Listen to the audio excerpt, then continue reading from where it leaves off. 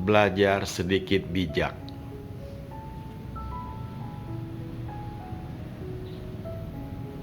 Pencerahan tanpa diri atau kosong isi, isi kosong, oleh Biksu Tadisa Paramita Mahastawira.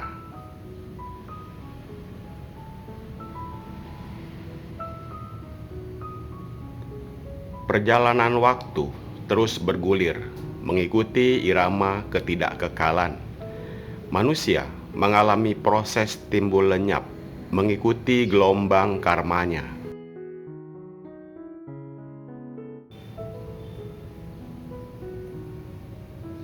Segala kondisi lahir batin terwujud mengikuti gejolak pikirannya.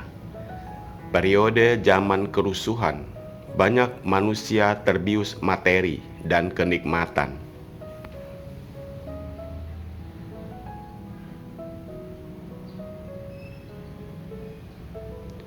Mengasah otak, meraih kecerdasan, cenderung untuk menindas makhluk lain, berlari, mengejar, dan memupuk harta kekayaan dengan segala cara.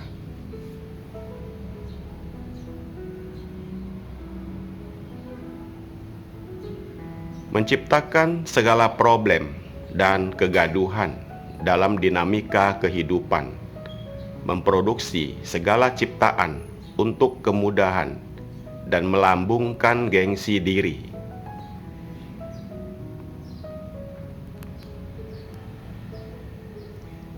Mereguk segala kenikmatan dan menciptakan ketagihan yang tidak kenal batas. Mencari segala kesan untuk mewarnai wujud, perasaan, dan kecintaan.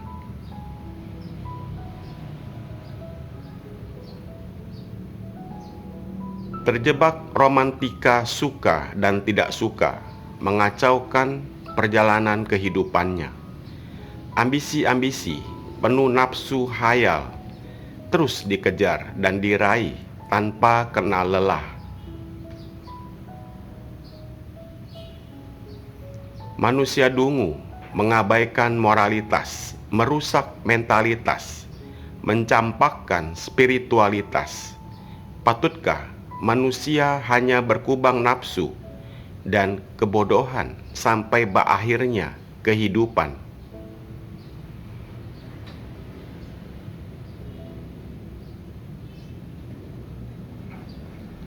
Sadarkah saat kematian tidak membawa segala materi, melainkan hanya karmanya? Betapa riskan dan bahayanya mengalami siklus tumimbal lahir tanpa akhir.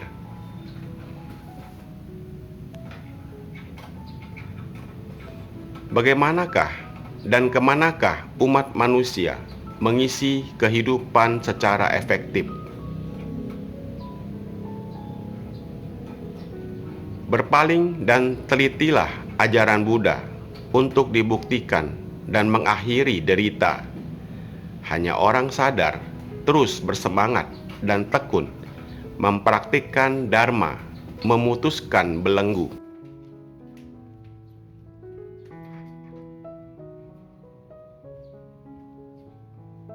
Menjadikan dirinya sebagai pelita menerangi kegelapan dunia dan menuntun yang berjodoh.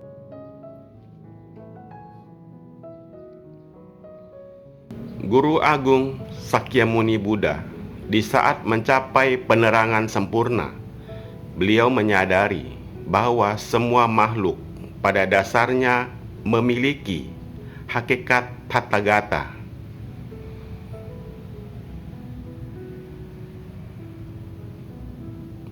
Memiliki kebijaksanaan dan segala wujud dari pahala kebajikan, tetapi dikarenakan terjebak khayal dan sesat, maka tidak bisa menampakkannya.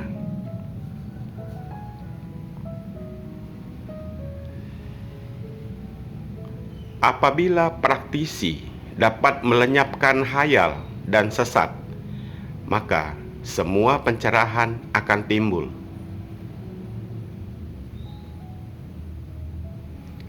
kearifan natural, kebijaksanaan tanpa guru, penembusan tanpa rintangan akan muncul sendirinya. Buddhisme bukanlah kajian teoritis, namun ditujukan untuk pengamalan praktis. Dalam sutra, Buddha berkata, "Ajaranku berisi tata cara berakhirnya penderitaan yang muncul dari diskriminasi di 3 dunia dalam mengakhiri kelalaian, hasrat, tindakan, dan kausalitas atau perihal akibat."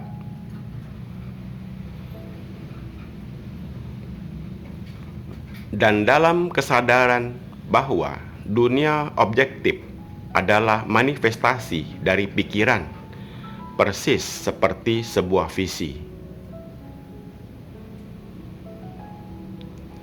Dalam Buddhisme, yang dimaksud triloka atau 3 dunia yang membentuk pikiran sehari-hari, yaitu dunia hasrat, keinginan, penilaian, dan perhatian. 1. Dunia benda dan ide-ide. 2. Dunia bentuk dan teori. 3. Dunia nirwujud, yaitu dunia yang biasa disebut dunia tidak ada apa-apa dan tidak di mana-mana.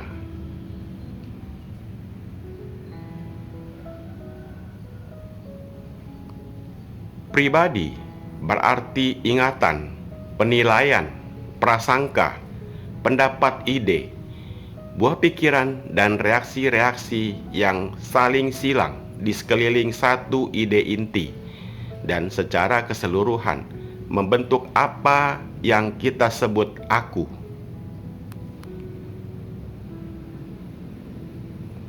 Sebagian besar manusia menghabiskan waktunya untuk mengembangkan, melindungi, dan memperluas kepribadian.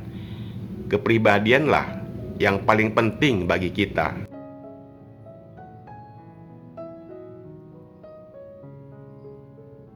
Masyarakat mendorong upaya ini dengan adanya perasaan butuh terhadap kepribadian, sementara upaya-upaya untuk melangkah melampaui kepribadian dipandang masyarakat sebagai tindakan yang aneh karena di luar kebiasaan.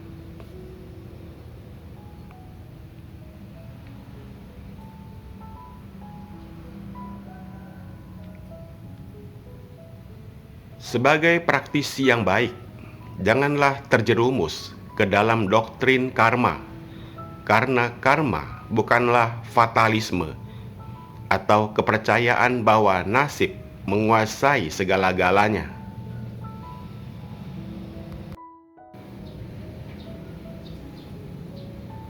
Bukan pula suatu doktrin tentang kodrat atau sesuatu yang telah ditetapkan sebelumnya.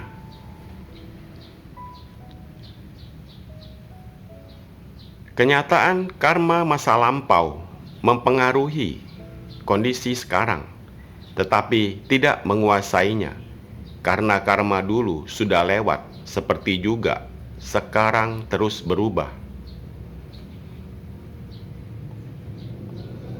Kekuatan karma bersemayam di hati. Hati timbul, karma muncul. Hati sunyi, karma tidak nyata. Tiada hati, tiada kondisi, tiada pikiran, tiada masalah, tiada keinginan, tiada penderitaan, tiada sang aku, tiada tumimba lahir. Hyang Buddha berkata, pandangan dualistik tentang diri dan dunia melahirkan penderitaan. Ajaran kebenaran tinggi berusaha melampaui kepribadian dan memandang kepribadian sebagai ilusi. Ajaran Zen dikenal dengan sifat yang anti-intelektual, menolak spekulasi dan teori-teori atau sikap anti-intelektual, lahir dari kekecewaan umum terhadap kegagalan agama-agama tradisional dalam menyikapi berbagai masalah.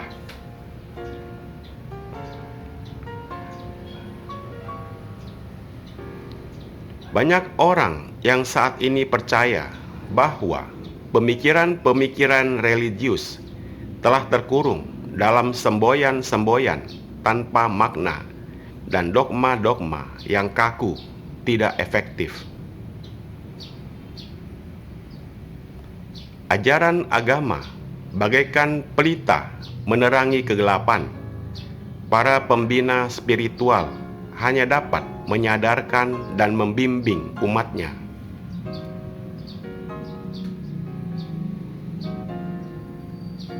Kenyataannya, tidak ada seorang pun yang mampu mencerahkanmu, kecuali dirimu sendiri.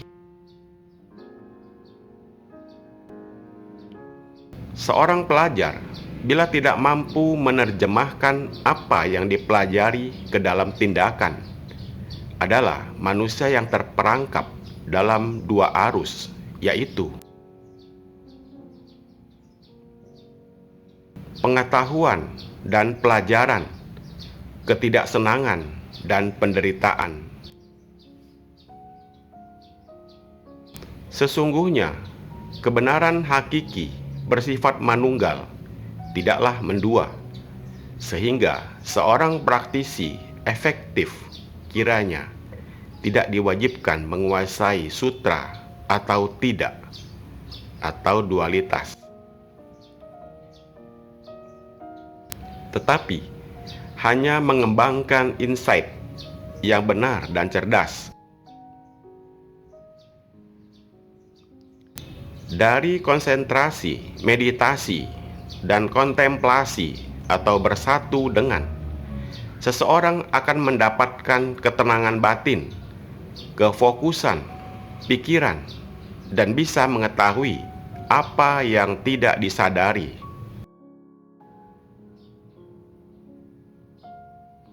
Kontemplasi pernapasan, misalnya, berarti bersatu dengan pernapasan. Di sini bukan berarti latihan pernapasan, bukan pula pengamatan, visualisasi, atau melihat pernapasan.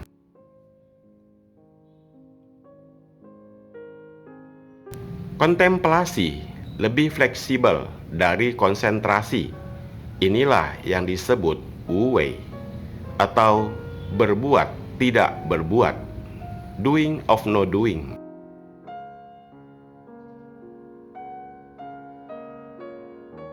Orang seharusnya tidak mencari apa yang Buddha ajarkan pada wilayah fakta, wilayah ontologi, atau ilmu filsafat, atau epistemologi, atau cabang ilmu filsafat tentang dasar atau batas pengetahuan, atau bahkan pada wilayah etika atau teologi.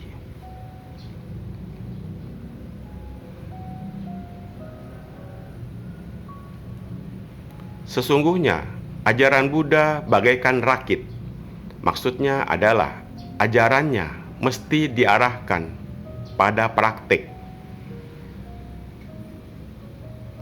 Ajaran-ajaran Buddha dapat dikatakan berubah setiap waktu, sesuai dengan keadaan yang melatarinya.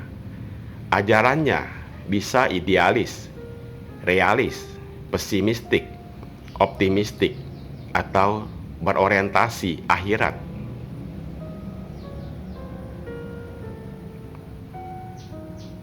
Namun, label-label ini tidak bisa sepenuhnya mewakili apa sesungguhnya yang diajarkan Buddha. Sesungguhnya, ajaran utamanya adalah keterlepasan atau soterion atau soteriologi. Orang harus menerima ajaran Buddha sebagai jalan melepaskan diri, termasuk melepaskan diri dari belajar dan mengajar. Sembayang dapat dilihat sebagai usaha berhubungan dengan yang tunggal, transenden, yang ada di luar sana. Sementara meditasi adalah usaha berhubungan dengan yang tunggal di dalam sini.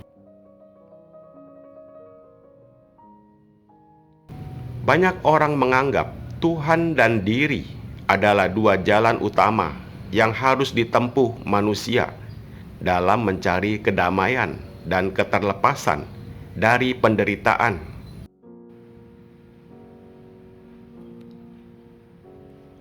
Kalau dipandang kesatuan Tuhan sebagai objektif, sebagai suatu di luar sana yang menjadi realitas tertinggi, maka subjektifnya, yaitu diri, hanya akan menjadi bayangan atau menuruti kehendaknya.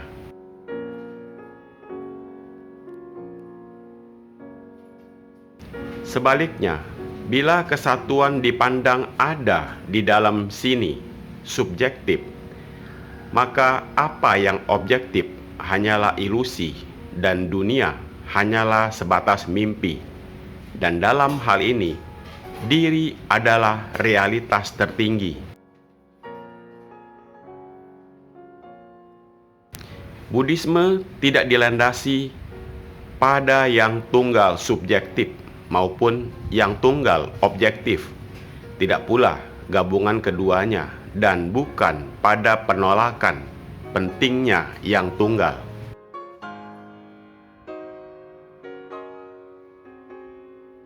Jalan Buddha bukanlah jalan afirmasi atau peneguhan atau penetapan, maupun jalan negasi atau peniadaan. Bukan pula terjebak kata-kata maupun pengingkaran. Pikiran-pikiran intelek memiliki keterbatasan ketika menempuh jalan spiritual, tapi akan cukup berguna kalau pikiran tersebut bila dimanfaatkan dalam usaha kita. Pikiran intelek adalah kecerdasan yang melekat, sedangkan kearifan prajna adalah kecerdasan intuitif yang tidak melekat. Untuk menyadarkan pikiran ini, maka harus membangkitkan pengetahuan primordial atau paling dasar, pengetahuan non-reflektif atau tidak secara refleks.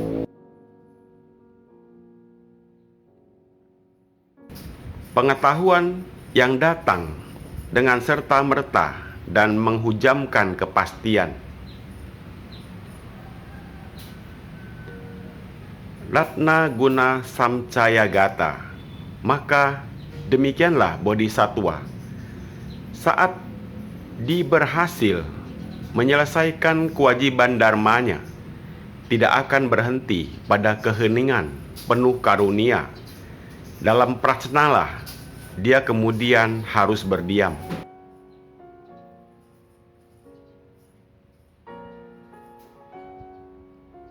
In Price of Zazen, Hui Kun berkata, diri sejati adalah nirdiri.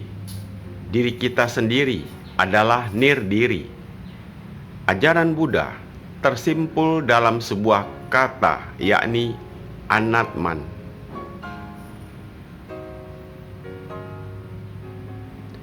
Sutra Intan berkata, bangkitkanlah pikiran tanpa mengikatnya pada apapun. Bodhisattva yang sesungguhnya bukanlah bodhisattva yang menekankan gagasan identitas, ego, pribadi, sesuatu atau individu yang independen, melainkan interdependen atau gabungan atau keterikatan.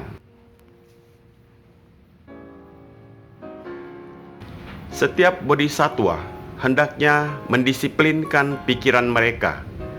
Para bijak berkata, usaha tangan ini banyak menghasilkan karya, tetapi tangan ini tidak memiliki buah hasil karya.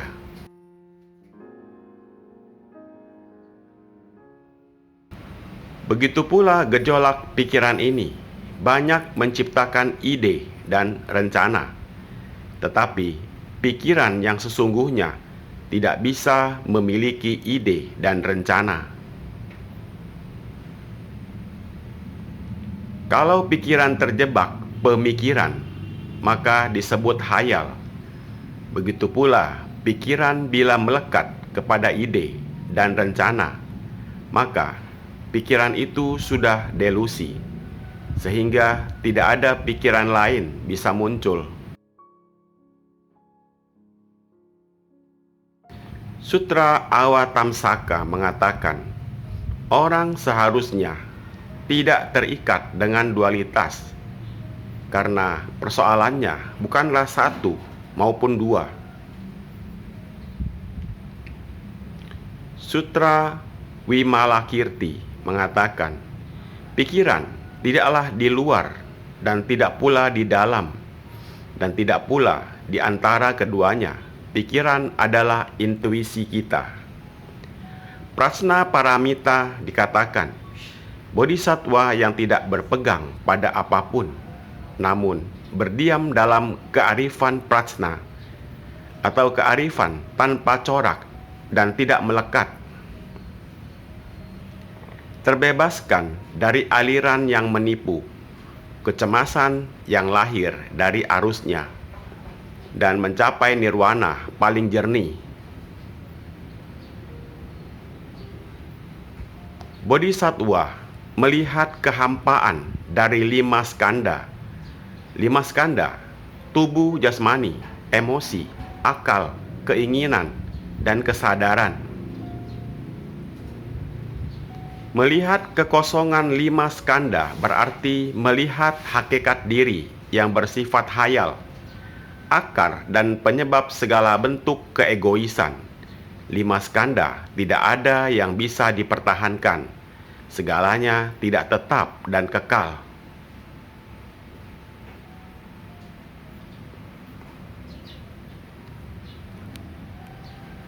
Prajna Paramita berarti sampai ke tepian seberang menggunakan prajna, atau melangkah melampaui pengetahuan tentang suatu menuju pengetahuan murni atau pengetahuan tanpa muatan. Prajna Paramita mengatakan, apa yang tidak punya bentuk adalah dari segala bentuk. Prajna Paramita Hridaya, inti kearifan sempurna, kasih Avalokiteswara Bodhisattva. Dari kearifan prajna yang terdalam, memandang kekosongan kelima skanda.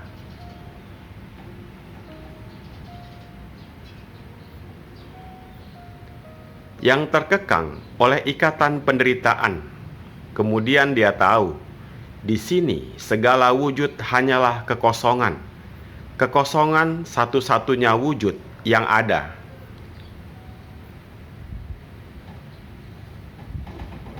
Huineng berkata, kekosongan pun sebenarnya sebuah kekosongan. Perasaan, pikiran, dan pilihan, kesadaran diri tidak ada bedanya. Di sini, Dharma hanyalah kekosongan, segalanya kehampaan total.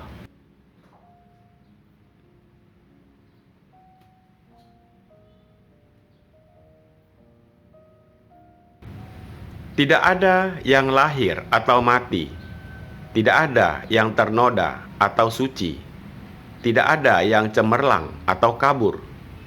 Di dalam kekosongan tak ada bentuk, tak ada perasaan, pikiran, atau pilihan, tidak pula kesadaran. Tidak ada mata, telinga, hidung, lidah, tubuh, dan pikiran. Tidak ada warna, suara, aroma, sentuhan, atau yang bisa diolah pikiran, atau yang bisa disadari.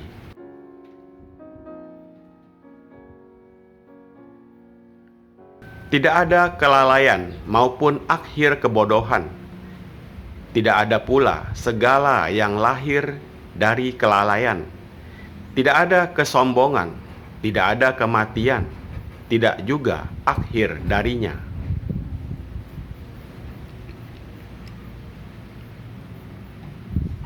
Tidak ada derita, tidak ada penyebab penderitaan, tidak pula akhir pilihan, tidak pula akhir sengsara, tidak juga jalan mulia lepas dari derita.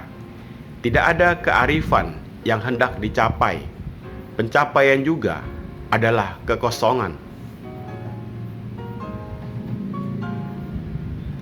Ketahuilah, bodhisattva tidak berpegang pada apapun, namun berdiam pada kearifan prajna, dibebaskan dari arus penuh tipu daya. Menyingkirkan takut yang terbawa arus dan mencapai nirwana terjernih.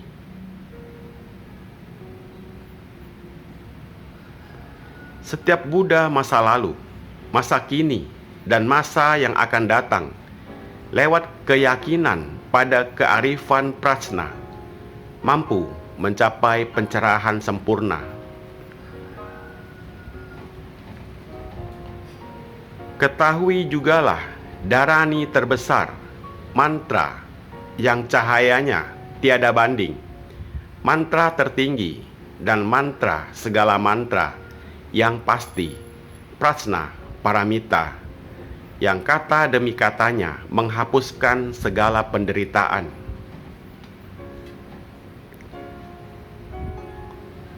Inilah kearifan puncak, benar tiada punya cacat, ragu, mengetahui dan menyatakan kebenarannya.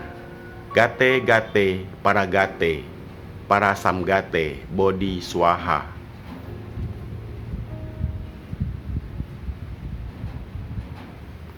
Buddhisme adalah ajaran yang berlandaskan pada kearifan dan kasih sayang. Kasih sayang dikembangkan melalui kearifan. Kearifan dikembangkan dengan melihat segala sesuatu sebagai kehampaan. Janganlah pernah mengira Anda telah mencintai orang lain sebagaimana Anda mencintai diri sendiri. Kalau Anda belum menganggap orang lain adalah kesatuan dengan diri Anda, maka Anda tidak akan bisa mencintai mereka secara utuh. Francis Crick berkata, suka duka Anda, kenangan dan ambisi Anda, perasaan Anda tentang identitas pribadi dan kehendak bebas Anda, semuanya itu tidak lebih dari sekedar tingkah pola berjuta-juta sel otak yang ada di kepala Anda.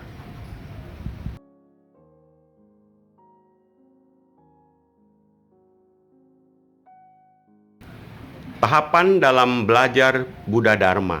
1. Membuka hati dan pikiran akan ajaran Hyang Buddha. 2. Memahami akan penjelasan Hyang Buddha.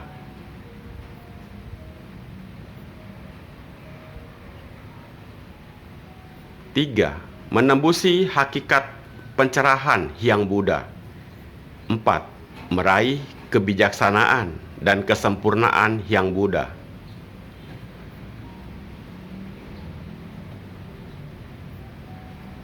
Banyak para siswa dan umat Buddha melatih diri tidaklah efektif. Senang melakukan kebajikan, tetapi masih melekat wujud dan kondisi. Walaupun karma baiknya berlimpah, tapi kegalauannya tidak bisa surut karena terjebak dan melekat kepada ego sang aku, kepribadian, bentuk-bentuk kehidupan dan keusiaan.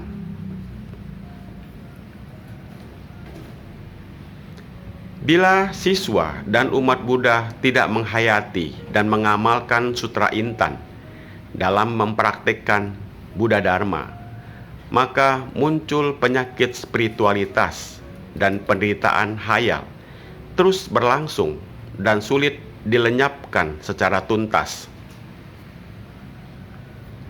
Aktivitas kedermawanan, yaitu tolong-menolong, yang masih melibatkan ego dan pamrih, hanya akan berakhir pada kehancuran.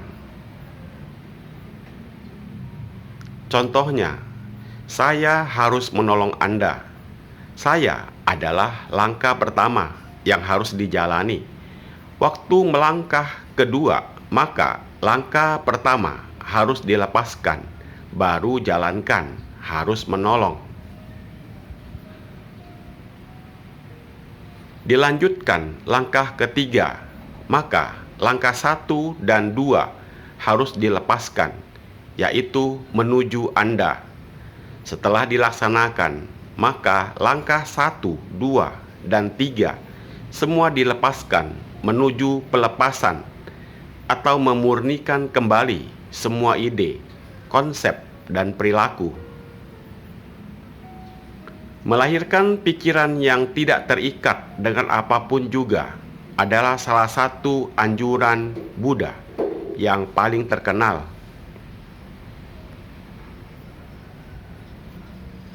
Dharma yang berkondisi bagaikan impian. Demikian banyak makhluk suci bersabda, pikiran hayal sesungguhnya sunyi. Hakikat segala kondisi adalah sunya. Bila pikiran sudah sunyi dan sunya, maka timbul gaib, cerah, dan tidak bodoh. Mengembalikan kemurnian hanya dengan non-dualistik, tetapi banyak ragam metode menuju jalan ke sana. Bila tidak mau mengembalikan kesejatian diri, maka tiada tempat yang tepat untuk pergi berlindung.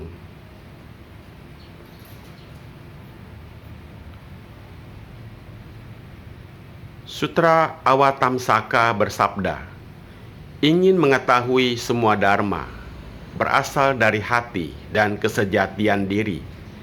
Sempurnanya tubuh, kebijaksanaan, dan pencerahan semua berasal darinya. Berpikir mengenai wujud adalah debu. Kesadaran berlandaskan perasaan adalah kekotoran. Bila keduanya sudah ditanggalkan, akan memiliki mata dharma.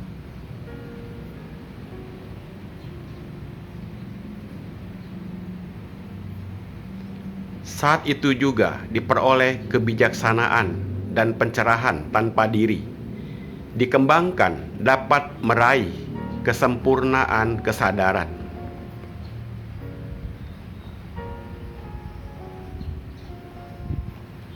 Orang jahat cenderung suka merusak nasib. Orang bodoh selalu dipermainkan nasib. Orang lemah hanya bisa menerima nasib. Orang bijaksana mampu memperbaiki nasib. Orang suci sudah keluar dari lingkaran nasib.